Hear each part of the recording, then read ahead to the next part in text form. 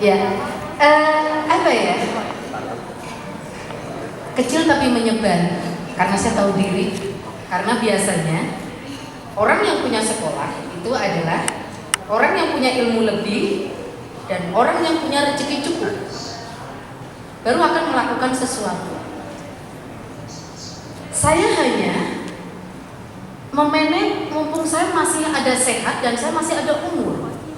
Saya nggak tahu Allah beserta alam semesta ini memberi umur saya sampai berapa dan sampai kapan saya sehat. Terus saya juga ingat masa lalu saya.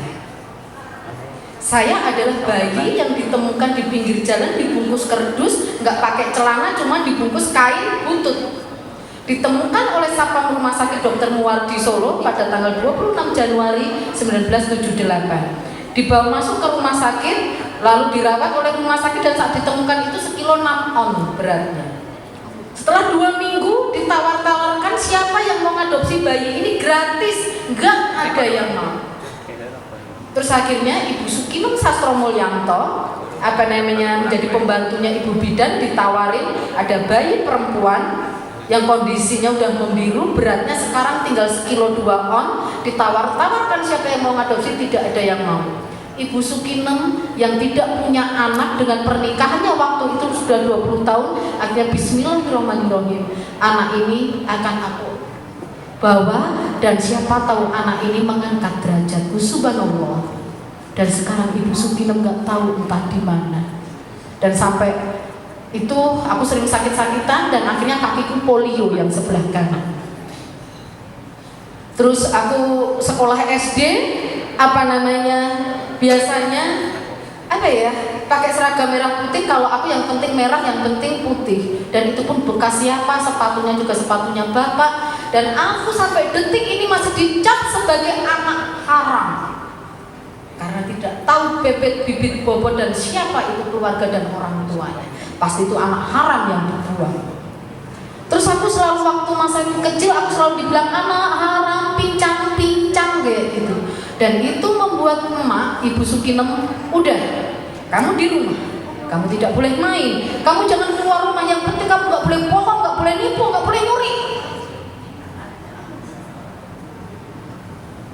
Dan disitulah aku lahir menjadi gadis yang dipaksa untuk dewasa. Aku lulus SD umur 11 tahun 90 dan akhirnya aku tidak bisa melanjutkan sekolah dan disitulah aku menjadi pekerja anak saat umur 11 tahun. Aku jadi kuli ngangkut karung, kalau nggak kuat aku seret.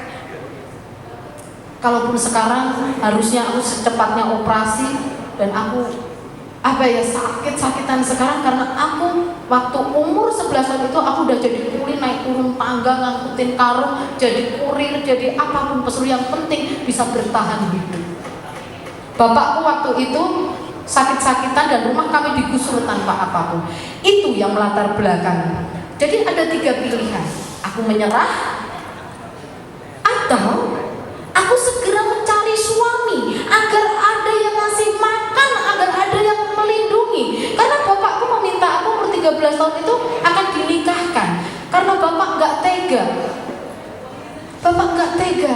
Anak satu-satunya, anak perempuan, jalannya pincang, selalu dihina dan pakaian pun aku gantian dengan emak. 3 doaku yang dikabulkan Allah bermiliar-miliar persen. Sampai siang ini kita ketemu. 3 permintaan, 3 permohonan.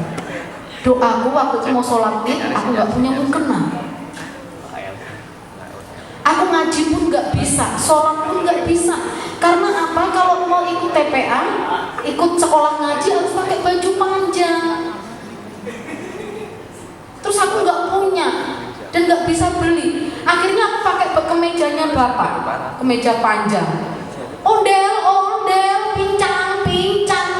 Aku pulang nangis lagi, emak marah, makanya usah ngaji. Terus dekat rumahnya sebelah sini ada masjid, sebelah sini ada gereja. Anak-anak kecil di kampung itu suruh berbaris mau dibagi telur, tapi harus pakai sepatu.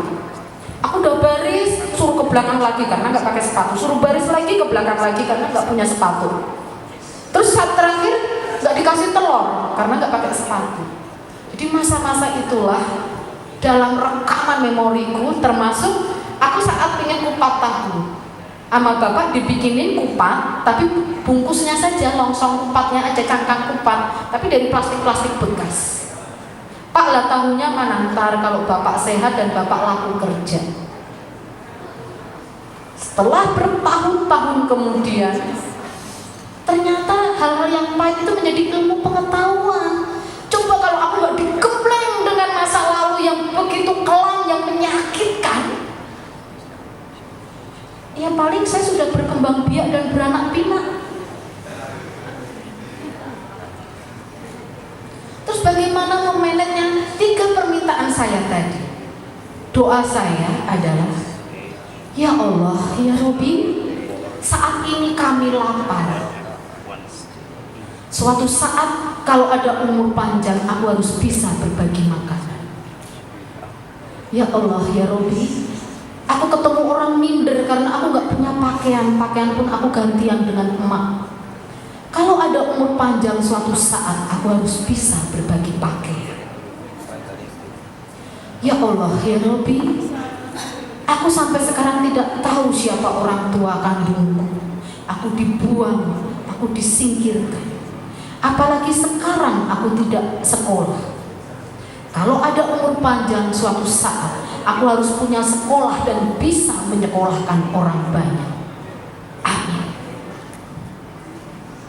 3 permohonan, 3 permintaan itu dengan proses yang panjang, kali lebar, kali dalam, kali lama, dikabulkan. Pakaian aku gak pernah beli, barang-barang gak pernah beli dari sedekah sampah.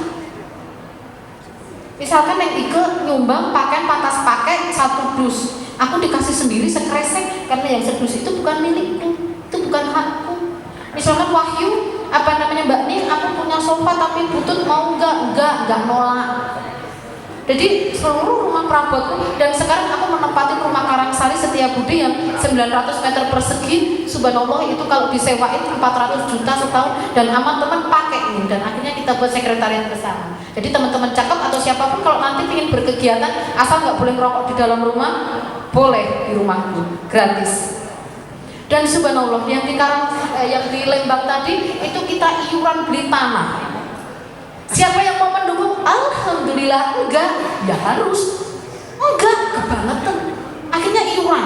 Itu anak-anak ada yang 5.000, ada yang 10.000, ada yang sejuta. Akhirnya tanah itu kebeli, dan sekarang dalam rangka proses membangun. Dan kampung itu kita bukan menyebutnya kampung wisata atau desa wisata, tapi kampung budaya Bhinneka Tunggal Ika. Di Indonesia itu bendera boleh 2 warna, merah dan putih, tapi pendiri dan penghuninya adalah dari berbagai macam warna. Caranya memanagenya